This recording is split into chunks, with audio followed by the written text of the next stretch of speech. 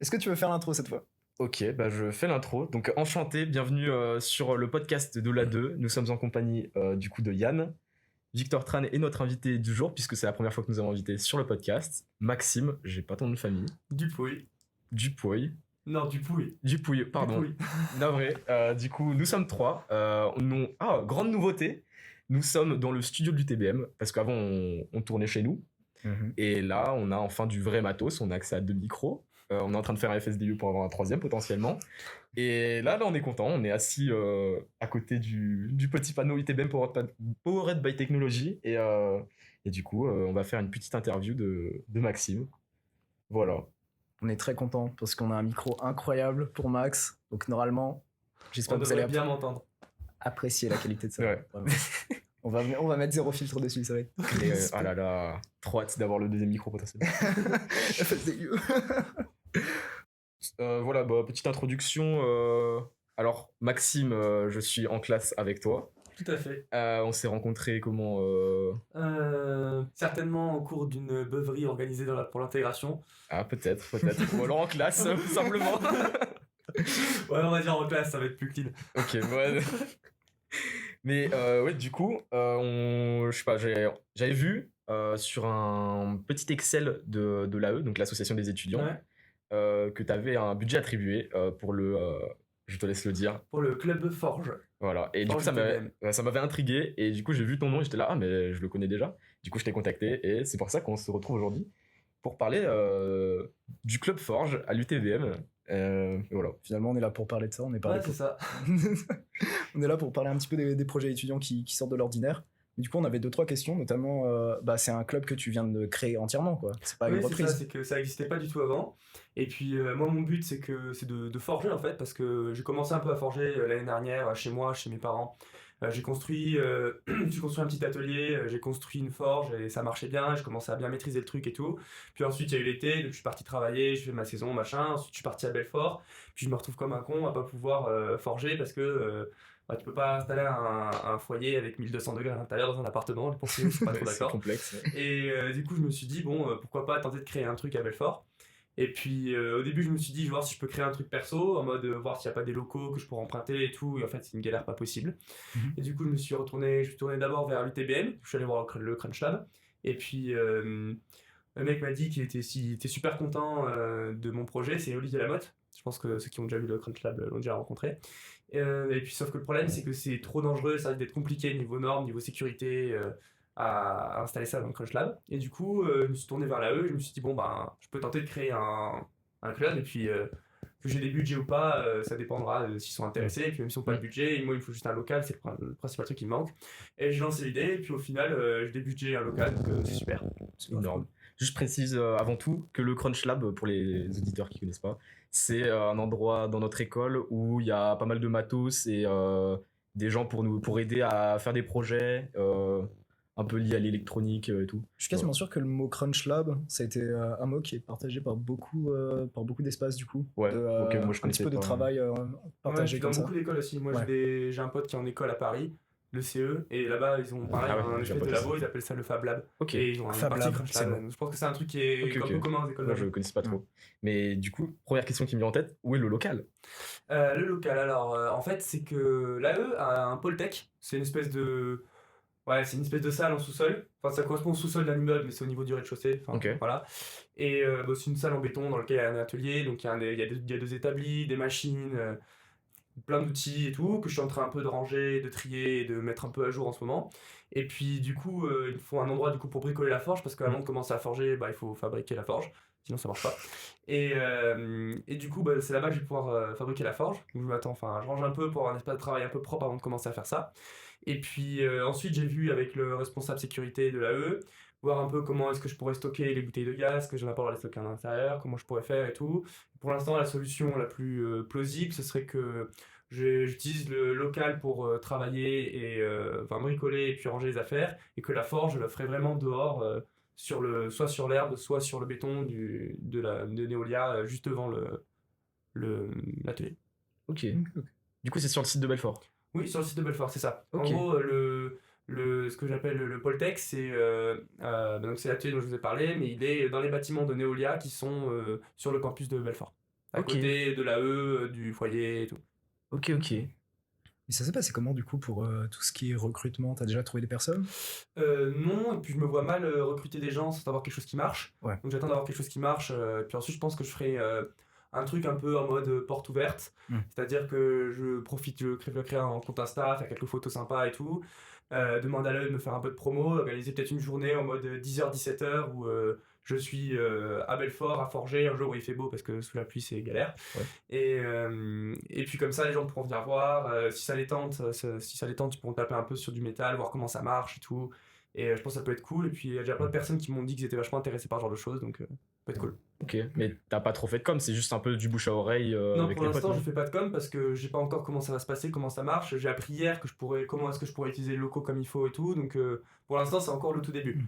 Ok. Et puis il faut quand même faire les choses. Pour l'instant, tant que j'ai pas de poste à souder, je pourrais pas faire une forge de façon propre. Je sais qu'il y en a assez venant justement ici. Il y a Monsieur Vitu, Ludovic Vitu, qui est responsable des ateliers un peu et tout ce qui est machine et poste à Sévenant. Et il m'a proposé qu'on se voit justement ce soir. Je vais aller le voir pour justement qu'on en parle un peu. Il m'a proposé de faire des TP pour qu'il me forme un peu sur les machines et que je puisse éventuellement utiliser les postes à souder dans les heures de cours.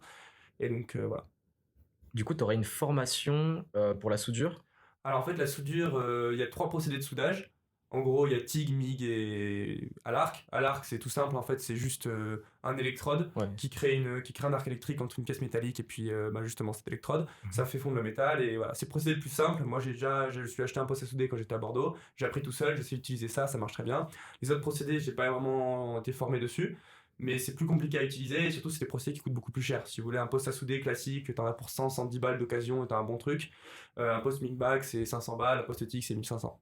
Ok. Donc c'est que des trucs qui sont beaucoup plus chers, qui sont forcément plus compliqués, plus complexes à utiliser, à mettre en œuvre. Et donc bon, si j'arrive à me faire former là-dessus, c'est super cool parce que c'est vraiment des trucs qui te permettent d'avoir des résultats très très propres. Mais si je ne peux utiliser qu'un poste à l'arc, ça suffira très bien. C'est comme ça que j'ai fait chez moi et ça marche déjà super bien. Ok. Voilà. Du coup, j'ai plein de questions. Vas-y. Déjà, qu'est-ce qui t'a dit, tiens, j'ai envie de faire de la forge? Parce que moi, ça me paraît hyper spécifique. Du coup, pourquoi la forge? Au départ, j'étais vachement intéressé par un peu tout le travail du métal, donc restaurer des vieux objets, des couteaux, ce genre de choses. Puis j'ai commencé à m'y mettre bien comme il faut, à apprécier le faire et tout. Et puis du coup, je me suis dit, pourquoi pas faire ce genre de choses?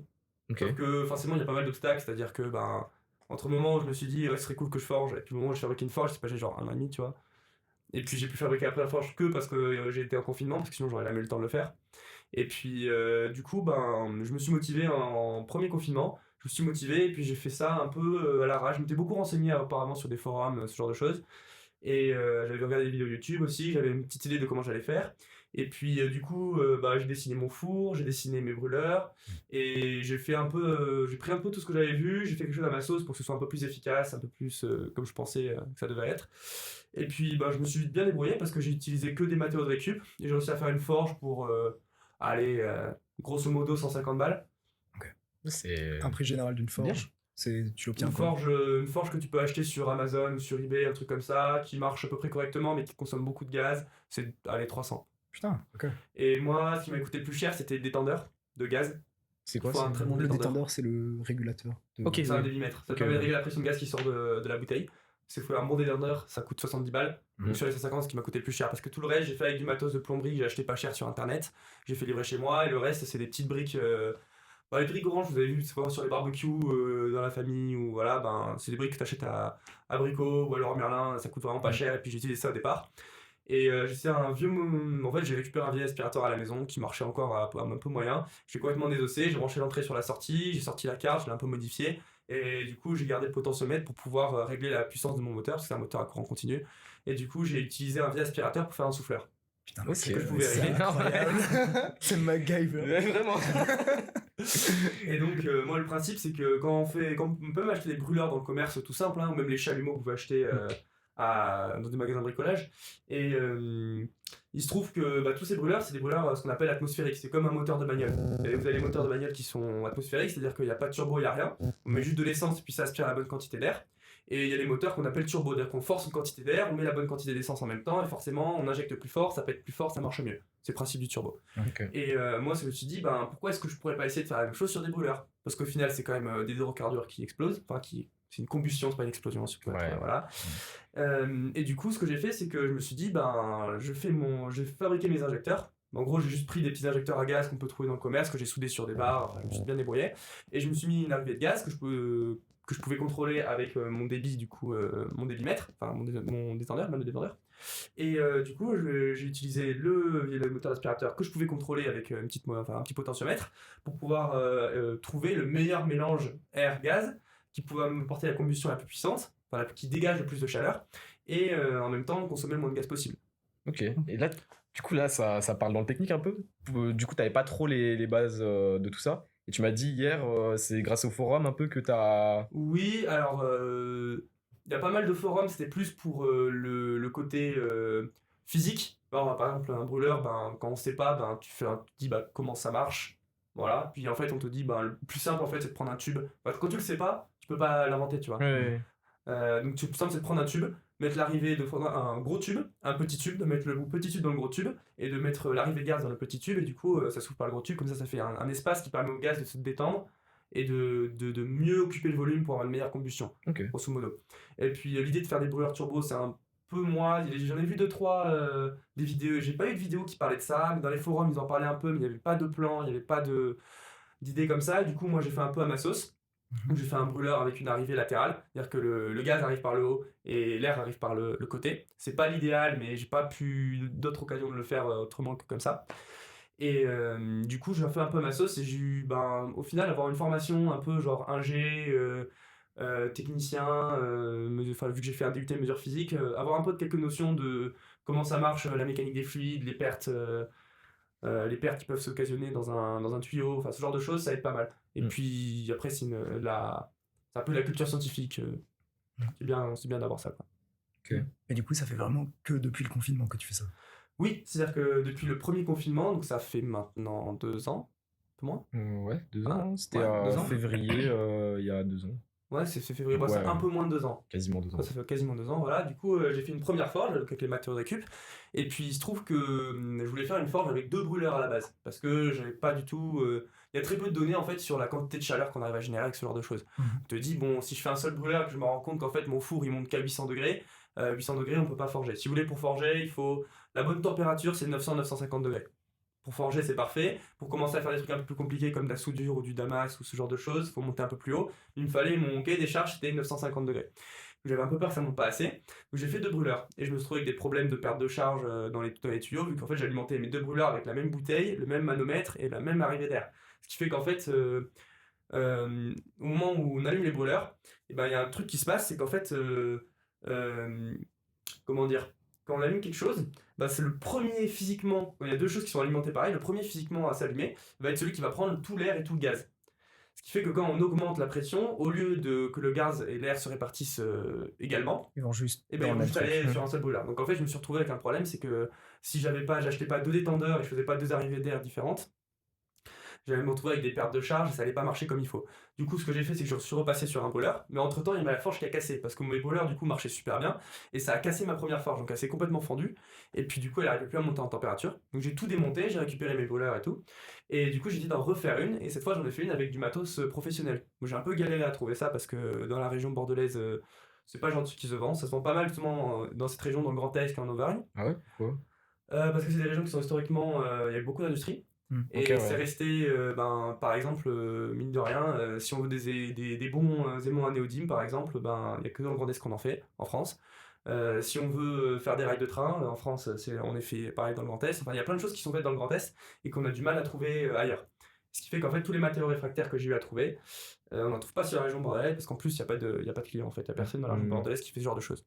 Mais du coup... Et donc, du coup, moi, j'ai réussi à trouver un fournisseur qui faisait ça dans les Landes. Et puis le mec était super sympa, et du coup il venait installer un four chez un client dans Bordeaux, et puis il m'a dit si tu veux je prends tout dans le camion, et puis je facture le déplacement à la cliente que je vais de toute façon le facturer, et puis toi tu vis tout point de juste, je te facture pas de déplacement, et puis voilà, donc j'ai pu acheter ce que je voulais. Et en fait ce que j'ai acheté c'est la laine céramique, en gros c'est comme une espèce de un gros rouleau de laine, sauf que ça brûle pas, ça brûle vers 1500 degrés. C'est-à-dire que jusqu'à 1300 degrés, il n'y a pas de problème, on peut monter en température. Et dessus, en fait, j'ai mis du mortier réfractaire, donc c'est comme du mortier normal, parce que ça résiste à des très hautes températures. Et du coup, je me suis fait un espèce de tube avec une bouteille à gaz où j'ai mis du coup j'ai garni en fait de réfractaire à l'intérieur, ce qui m'a permis d'avoir une enceinte qui résistait beaucoup mieux à la chaleur. Puis du coup, j'ai mis mon brûleur et j'ai commencé à avoir une forge qui marche vraiment très bien, qui monte très haut en température, puisque au final, je me suis retrouvé qu'avec un four chaud qui est aux alentours de 1000 degrés. Quand je suis au minimum, c'est au minimum du gaz, au minimum de l'air. Et c'est quand même un peu chaud. Le mieux, ça aurait été vers 950 pour pouvoir mieux contrôler la température. Mais bon, là, j'ai pas vraiment le choix. Et donc, du coup, j'ai jamais essayé de le pousser plus que 1200 degrés parce que j'ai peur de cramer mon four. Mais je pense que ça pourrait le faire. Mais bon, j'ai pas vraiment d'intérêt avec ça pour l'instant. Et donc, voilà. Tout ce processus de réessai, d'amélioration, ça t'a pris combien de temps à peu près pour arriver à un truc concret? Alors, pour donner un ordre d'idée, du coup, premier confinement, c'était début mars, 15 mars, je crois, 17 mars de mémoire. La première forge était finie début mai. Non, un peu moins, mi-avril.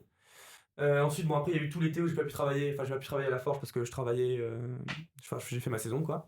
Et puis ensuite, je m'y suis remis en octobre.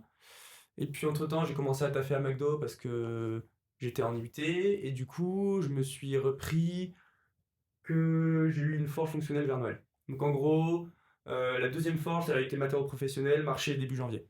Okay. Donc j'ai mis entre le moment où j'ai commencé à faire la première forge, le moment où la deuxième était finie et parfaitement utilisable, il s'est passé 8 mois. Un peu moins. C'est super impressionnant. T'as des photos ou pas à nous montrer pour savoir? Oui, j'ai des photos à vous montrer. Parce que du coup, pour nos auditeurs sur YouTube, on va essayer de l'insérer en vidéo du coup. Il y a aussi Spotify qui apparemment propose des podcasts vidéo. Donc ce que je vais essayer de pouvoir faire, c'est... Oui, incroyable. Apparemment, c'est dans les réglages de Spotify. Faudra que j'essaye, mais je suis pas sûr que ce soit disponible sur encore notre plateforme. Bon, puis mais on pourra essayer. Okay. J'ai vraiment envie de... Donc, pour ceux qui n'ont pas accès à la vidéo, la forge ressemble à du coup une bonbonne de gaz découpée. Et on peut voir du coup le fer. Du coup, c'est quel type de fer que tu as mis dedans? Ça c'est des vieux lamelles de ressort que j'ai récupéré sur une remorque d'un pote qui allait mettre à la codisterie. Il y a une encre. Et du coup, c'est vraiment rouge brillant. Et on peut voir les entrées du coup d'air et de gaz. Du coup. Ouais. C'est vraiment impressionnant. Et il y a un Maxime heureux. Mais du coup, ce genre d'initiative, ça m'impressionne à chaque fois. C'est vraiment, j'allais dire la dédication, mais ça se dit pas, mais... Bah, surtout, genre, t'es solo et tu fais un process limite, j'ai envie de dire, de l'apprentissage d'un métier qui potentiellement, je pense, il y a, je sais pas si ça existe, un CAP forgeron. Non, ça n'existe pas vraiment. C'est plus, là, il y a un CAP chaudronnerie où ils font tout ce qui est coulage du métal, machin et tout.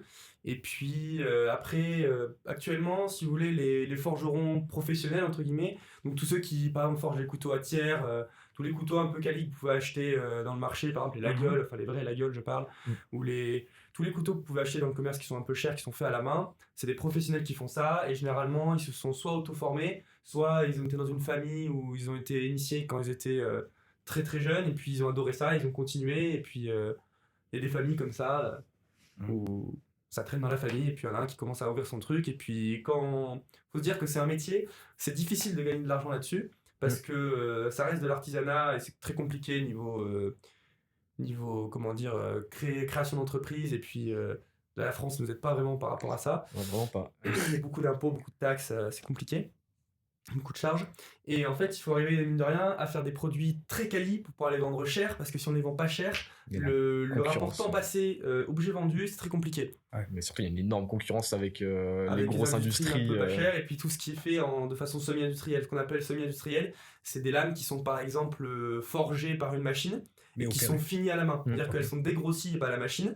Et puis du coup, il y a juste un mec à la fin qui fait tous les petits détails, les petites finitions qui sont importantes pour donner pas un aspect, mais une dimension qualitative au couteau ou à l'objet forgé. Ouais.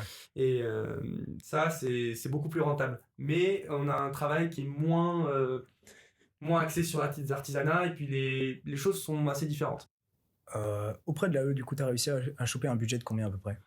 j'ai réussi à choper un budget de, je crois, alors de mémoire 593, mais en grosso modo 600 balles. Un budget, c'est sur un semestre. Ouais, c'est sur un semestre. Ça dépend. Nous, c'est pour un semestre. Et toi, c'est pour un semestre ou un an? Je n'ai aucune idée. Je pense que c'est pour le semestre alors. Parce que ce que j'ai fait en fait pour le budget, c'est que j'ai calculé comment dire, en prenant la marge haute. C'est-à-dire que là, par exemple, j'avais prévu 300 balles pour une enclume, j'en ai trouvé une à 250 qui est vraiment incroyable. Je vais certainement, faut que je passe un coup de fil ce soir et puis j'irai la chercher soit demain, soit ce week-end. Et voilà, après, je sais que par exemple, j'avais prévu d'acheter par exemple des matériaux réfractaires, mais c'est des choses qu'on peut récupérer parce qu'en projet étudiant, et puis même les relations que l'UTBM a avec les différentes industries, c'est des choses, récupérer des chutes par exemple de laine céramique, c'est vraiment pas compliqué, il faut juste connaître l'entreprise. Il faut avoir les noms, les contacts et juste appeler les gens. C'est ça, et puis après, ouais, par exemple, il y a plein de trucs, moi j'ai déjà chez moi des brûleurs, j'ai un deuxième brûleur qui me sert pas, donc ça servait à rien de refaire un autre, donc je peux déjà le ramener ici, enfin il y a plein de choses comme ça. Et puis donc je vais essayer de faire, et puis j'estime que j'ai un budget de 600 qui est vraiment, enfin c'est incroyable, hein, moi j'en ai eu pour beaucoup moins. Et puis, en fait, ce qui coûte cher, c'est pas forcément les matériaux qu'on va utiliser, c'est plus l'outillage dont on a besoin. Que, par exemple, moi, je sais que pour faire ma forge, en soi, la deuxième coûtait un peu plus cher. J'en ai peut-être pour 300 balles. Parce que le truc, c'est qu'il y a beaucoup de choses que j'ai dû acheter en grosse quantité. Par exemple, la laine céramique, l'isolant. Et puis le mortier réfractaire. Mon mortier réfractaire, j'en ai besoin de 500 grammes, mais c'est des pots de 20 kilos. Donc j'ai acheté 20 kilos. Ça sera sur le long terme. Hein. Ouais, mais j'ai pas vraiment le choix. Je suis désolé, on doit reprendre. On a eu des petits essais audio à côté dans le P108, donc on a été interrompu, mais on reprend. Je crois qu'on parlait du coup du budget et de comment ça allait se passer du coup pour la gestion des matériaux, tout ça. Au final, c'est l'équipement qui prend le plus d'argent. Ouais, c'est ça, c'est l'équipement qui coûte le plus cher. Oui, ça, moi je disais quand j'ai dû faire la forge à la maison, en gros, la forge m'a coûté grosso modo 150, 200 euros et je dépensais plus de 1000, allez, un peu plus de 1000 balles d'équipement perso. Ok. Enfin, d'équipement avec mon argent perso. Et ce qui fait qu'en fait, on se rend compte très vite que en fait, dès qu'on travaille autre chose que du plastique ou du bois, et même encore le bois, c'est limite, il faut du matos, quoi. Et c'est-à-dire qu'en utilisant juste une petite meuleuse ou des petites scies à métaux et tout, que tout le monde a un peu dans son garage ou quoi, c'était compliqué de faire le travail à peu près propre. Et donc du coup, j'ai dû investir dans pas mal de trucs, et puis il m'a fallu des outils qui sont un peu performants, et puis beaucoup de consommables aussi. Ça, on n'y pense pas assez, mais des bandes pour les ponceuses, des disques pour les disqueuses, des lames de scie à métaux, des lames de scie sauteuses, plein de choses comme ça, auxquelles on pense pas forcément, et qui au final, avec 1 plus 1 plus 1 plus 1, ça finit par coûter très cher. Et surtout qu'on a du mal à avoir accès à des consommables professionnels, parce qu'ils coûtent très cher et qu'on peut les acheter qu'en magasin d'un pro. Et du coup, on se retrouve à en utiliser beaucoup, enfin bref. Voilà. Et du coup, ce qui est cool là, c'est qu'à l'AE, je me retrouve avec un atelier où, bon, il manque des consommables, mais tout le matos est relativement bien équipé. Et je pense que du coup, on aura beaucoup moins de soucis à l'avenir pour bricoler là-bas que j'ai dû avoir comme souci chez moi. Ça ferait absolument aucun sens. Mais... Si, mais trop nice. Parce que du coup, je posais la question sur le budget et je voulais amener ça à... Tu discutais justement des professionnels qui sont essentiellement apprentis, comment dire, ils ont appris d'eux-mêmes finalement. Soit d'eux-mêmes, alors il y a eu de l'autodidacte, et puis après il y a un autre truc dont je vous ai pas forcément parlé, c'est qu'en fait on peut faire des stages de force, un peu comme on fait des stages de surf. Ouais. C'est-à-dire qu'on va voir un mec, on lui dit cette semaine je prends 5 cours de 2 heures, et puis voilà, comme vous pouvez faire pour prendre des cours de surf ou des cours de musique ou n'importe quoi. Et ça existe en forge, sauf que c'est assez cher, généralement, ça coûte un petit stage de 2-3 jours, ça coûte 300-400 euros facilement.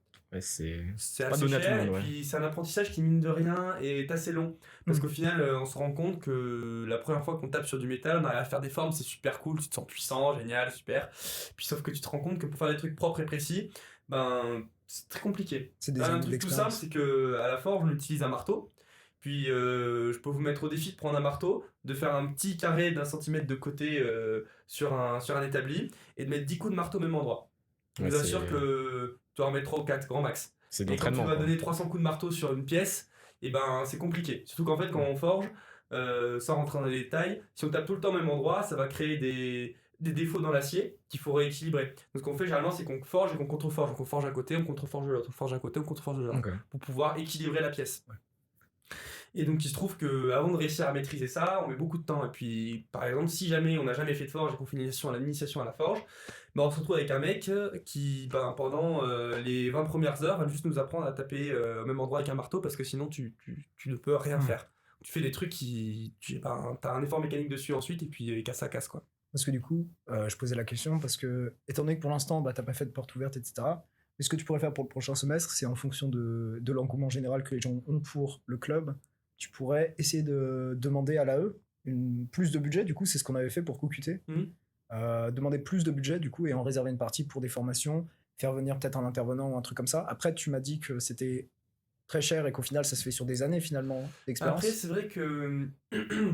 Mais vu que c'est l'AE qui ralasse, finalement... Ouais, après... faire venir quelqu'un dans le cadre d'un projet étudiant, ça peut être intéressant, surtout que j'ai un très bon ami de mes parents qui, lui, a été formé forgeron, qui est très très bon. Bon, lui, en l'occurrence, il est charpentier, mais il s'est quand même très bien forgé. C'est lui qui m'a montré plein de petits exos à faire et tout. Et c'est vrai que sur un petit projet étudiant comme ça pourrait se faire. Et puis avant tout, avant de pouvoir faire ça, faut déjà avoir une forge fonctionnelle et puis avoir un peu d'engouement là-dessus. On verra ça, je pense, une fois que la forge sera fonctionnelle, que je vais montrer un peu à tout le monde comment ça marche. Et puis si les gens sont intéressés, moi je sais que je serais capable de mettre un peu en place des petits exercices tout le début, mais je vais rapidement être bloqué parce que ça fait qu'1 an que je forge, je suis pas non plus expert quoi. Ouais.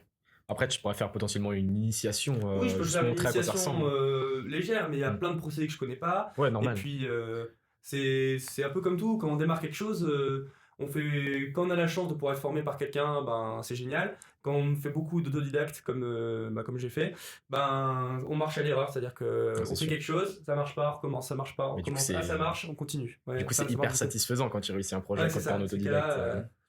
Puis mine de rien, ça amène plein de compétences sur énormément de choses et puis c'est vachement sympa. En plus, tu utilises un peu tes connaissances scientifiques que t'apprends sur le côté. On n'a pas beaucoup l'occasion de mettre en pratique vraiment toutes les connaissances qu'on nous bourre dans le crâne depuis qu'on est en scientifique, que ce soit depuis le lycée ou depuis le supérieur. Et puis c'est cool de se dire aussi ah bah oui, ça marche comme ça quoi. Et pas juste se dire je trempe le métal dans l'eau, ça fume, tu vois. Ouais.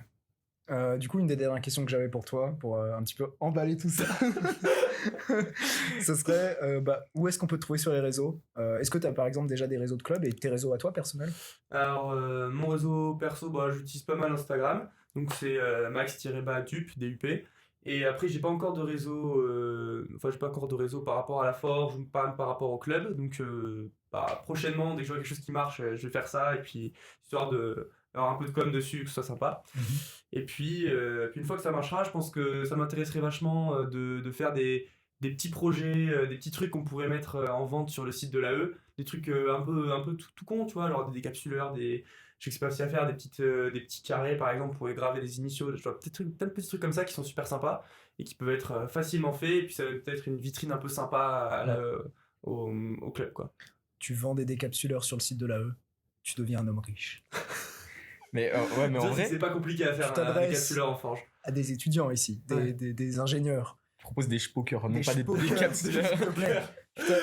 Un spoker, ça peut être tout. Mais attends, mais tu fais fabriquez votre spoker. Non mais vraiment, tu ça pourrais serait faire ça. incroyable. Crois-moi, t'aurais des gens. Tu aurais des gens. Que des blouseards, mais beaucoup de gens.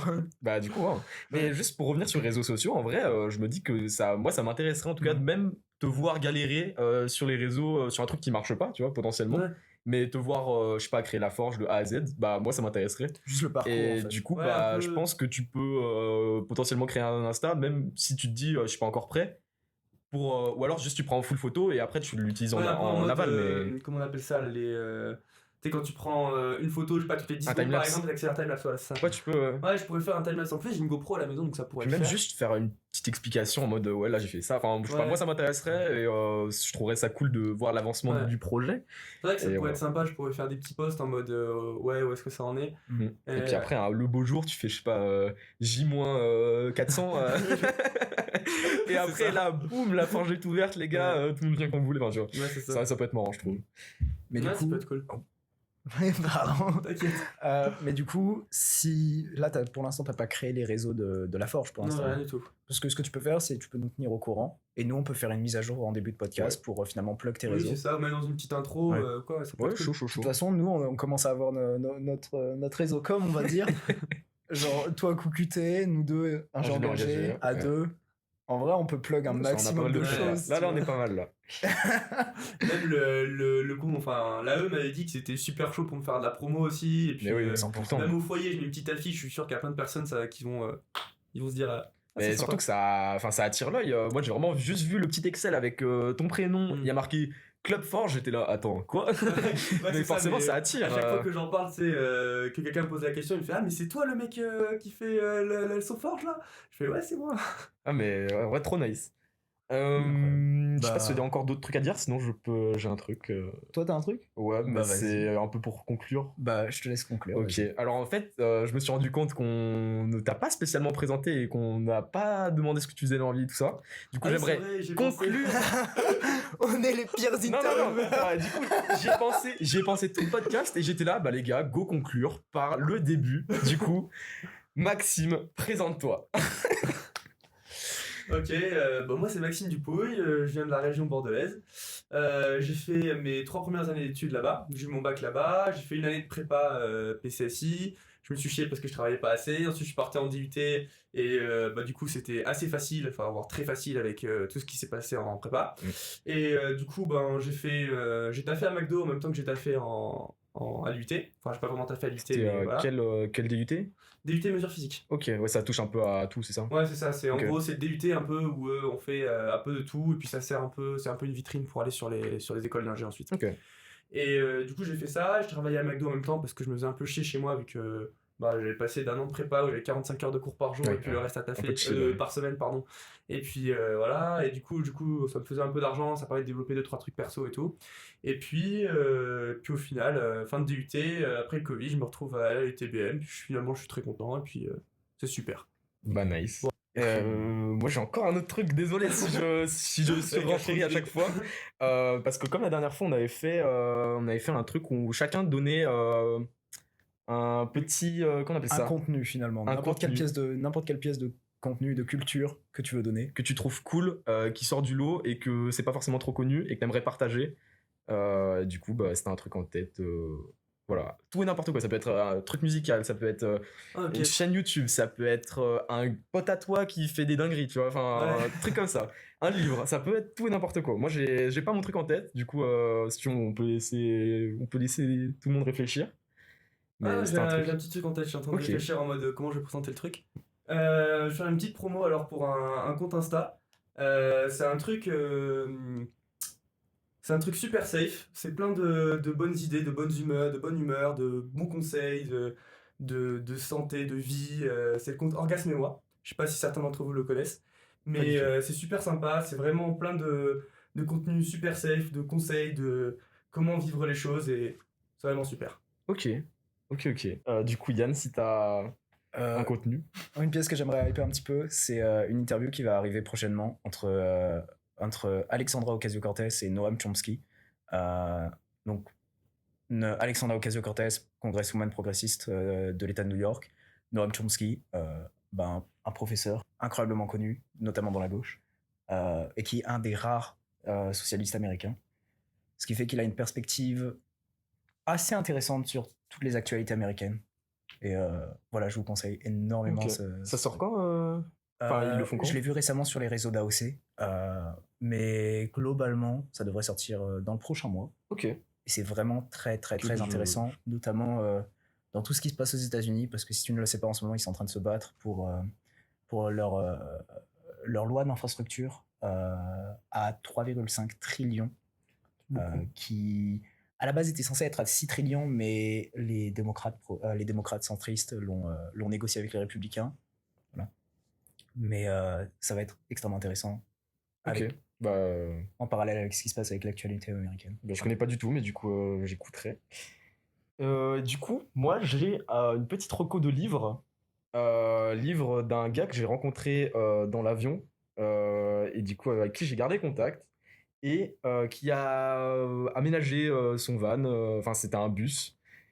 Et il a aussi écrit un livre il y a très récemment qui est sorti, je crois il y a même pas 3 semaines. Et du coup, je l'ai recontacté. Je lui dis, mec, j'ai envie de t'interviewer. Maintenant, j'ai une plateforme. On a là 2 podcasts. Et du coup, écoutez, je suis en train de lire son livre. Il est trop cool. C'est un peu une autobiographie, je sais pas trop comment le... Mais c'est un peu ça, sur son père qui est un peu un arnaqueur, et du coup c'est assez intéressant, et il vit du coup dans son bus aménagé. Et c'est trop cool, genre c'est bien, je sais pas, c'est agréable à lire, et du coup c'est un prochain invité, puisque j'attends de finir le livre. Yann va peut-être lire le livre, je ne sais pas. Tu me l'as envoyé. Du coup voilà, et après ça va être du coup potentiellement dans 2 semaines je pense, un invité sur le podcast. Lui il est aux États-Unis, mais du coup ça sera une édition en distanciel du coup. C'est ça. Donc voilà, c'est ma petite reco du jour. Mais du coup, merci à tous. Merci surtout à toi, Maxime, de nous avoir accordé ton temps. C'était super cool. Et vraiment trop content du cadre. Comment on a fait ça. Bon, ça a mis un peu de temps, mais là, c'est bon. Là, on est. C'est vraiment un glow-up en termes de production. Ouais, vraiment. J'espère que le son va être bien. Normalement, ça devrait être bon. Je vais vous dire Yann va gérer normalement. Je vais faire ma magie dessus. Mais du coup, vous pouvez retrouver dans la description du podcast tous les réseaux de Maxime. Vous pouvez nous retrouver directement sur les réseaux Insta de la 2. Et sur YouTube, Apple Podcast, Spotify et maintenant Deezer. On a beaucoup de requêtes, notamment toi. Beaucoup de personnes ici qui utilisent Deezer et il est maintenant disponible dessus. Du coup, il n'y a plus d'excuses pour ne pas écouter le meilleur contenu audio du TBM. Voilà. Ouais, du monde. Sans prétention. Voilà, à la semaine prochaine. Alors attendez, j'ai niqué le truc. Non, c'est bon. T'as tout cassé. Bien joué. À la semaine prochaine.